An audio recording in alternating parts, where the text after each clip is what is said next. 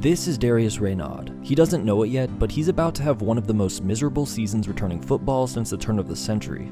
Reynaud's 2010 season with the Giants was the only qualifying season since 2000 that featured a returner in the bottom 10 of both punt return average and kick return average. And nobody saw it coming. Reynaud had been a pretty productive returner in college at West Virginia. He returned 42 kicks for a 26.8 yard average, including this 96 yard return for a touchdown. And during his first 2 seasons in the NFL with the Minnesota Vikings, he was putting up serviceable numbers with punt and kick return averages that ranked considerably higher than the league average. The New York Giants were in need of a returner like Reynaud after their projected punt and kick returner Dominic Hickson suffered a torn ACL during an offseason practice.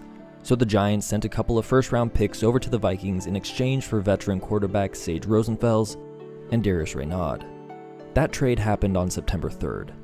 The Giants' season opener was 9 days later. And Darius Reynaud's first play as a Giant went like this.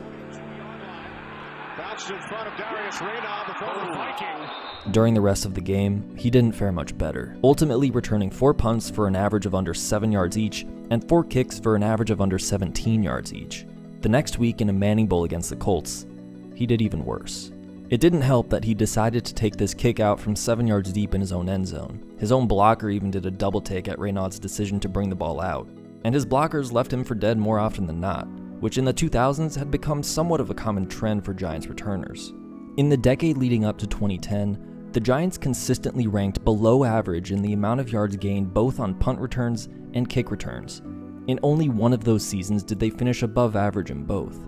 During that span, the Giants had gone through a carousel of special teams coaches, none lasting more than a few years. So after the 2006 season, when Tom Quinn was promoted to special teams head coach, he wasn't expected to do well.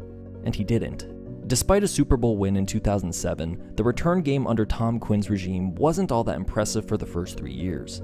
In 2009, Quinn even predicted that the new wedge blocking ban on kickoffs would result in more running lanes for returners and longer returns, which not only turned out to be wrong, but Quinn's Giants finished 28th in the league in kick return average the year after the wedge blocking ban was enforced. Quinn's special teams coaching and the general play of Giants returners leading up to 2010 did not exactly bode well for Reynaud. The Giants were hoping that the talent Reynaud showed with the Vikings would help resurrect their return game, but through those first 2 weeks, things weren't looking great. Going into a Week 3 matchup against the Titans, the Giants hoped that Reynaud's early struggles were just growing pains, and that as he became more familiar with the Giants system, he'd turn the season around. And while he was more productive against the Titans, and even recorded his longest kick return of the entire year, Reynaud's unfamiliarity with the Giants' return scheme remained evident. When Reynaud was in Minnesota, he was in a return system that used man-to-man blocks. Reynaud's job was to find a hole and run through it. New York's system under Tom Quinn in 2010 emphasized timing returns behind a fullback.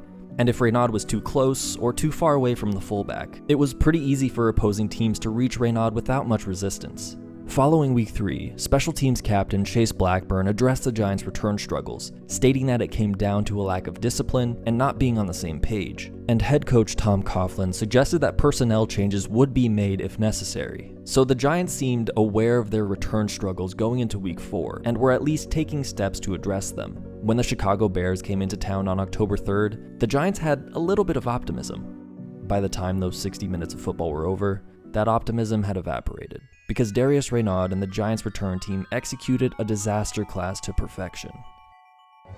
Reynaud's first return that game was a punt, and he didn't get off to a great start.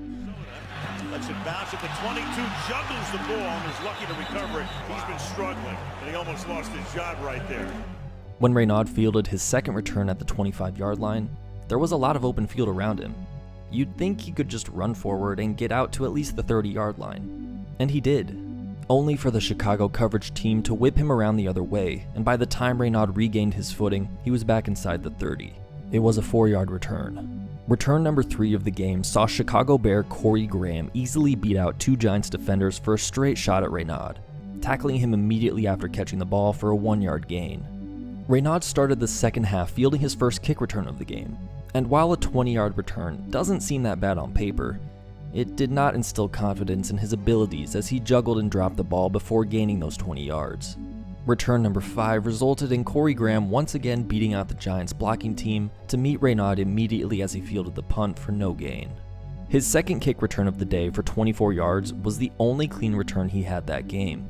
And while his 9-yard punt return on the last return of the game seems like a decent outcome, it was only made possible by the fact that the Bears were punting at the very edge of their own end zone, and Reynaud probably should have gained more yards given he was basically knocked down by running into one of his own players. But even after that pitiful Week 4 performance, and a couple more muffed returns in Week 5 and 6, Reynaud remained the starting kick and punt returner through Week 9, and even then, he was replaced not solely based on his poor performance, but because of a hamstring injury he suffered in practice.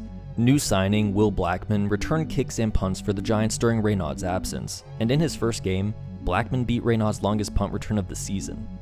In the next game, he beat Reynaud's longest kick return of the season. Reynaud would field one more return that year, a punt he brought back for 2 yards in Week 12. Apart from that one return, Reynaud saw no more action returning punts or kicks for the rest of the year. But by season's end, Reynaud's replacements didn't end up faring much better, with both Blackman and kick returner Danny Ware putting up pretty similar subpar numbers. The struggles of the entire Giant return team shows that they were likely a product of their environment, an environment that saw the Giants finish second to last in kick return average and dead last in punt return average that year. Individually, Reynaud's 5.7-yard punt return average was dead last by over a yard, and his kick return average was also dead last by over a yard. While Darius Reynaud bore the bulk of the blame in 2010, Tom Quinn and the rest of the Giants return team were not doing Reynaud any favors. It turned out to be a bad fit all around. The poor blocking, bad coaching, and a scheme that didn't gel with his play style led Reynaud to have about as miserable of a season as a return man could have. He was getting pummeled by the opposition, and the Giants kept sending him out there hoping for a different result. Ultimately, on September 3rd of 2011, 1 year to the day since he was signed, the Giants cut Reynaud. But that's not the end of Reynaud's story. After the Giants cut him, the Titans gave Reynaud another shot, signing him on January 7th of 2012. And in his first preseason game, Reynaud returned to kick 85 yards for a touchdown. Then in Week 3, he did it again, this time setting a franchise record 105-yard return for a touchdown. Another one of Reynaud's accomplishments is his record for the fastest score in an NFL game, which he achieved when he fielded this kick outside of the goal line and then took a knee inside of the goal line, resulting in a safety for the opposing team just 3 seconds into the game. The chances of that happening are pretty low, maybe even as low as the percentage of people watching that are subscribed to the channel. That percentage sits at 1.3%, which is a 3% drop compared to what it was in the last video. So if you're enjoying these videos, feel free to subscribe to the channel, and I'll see you in the next one.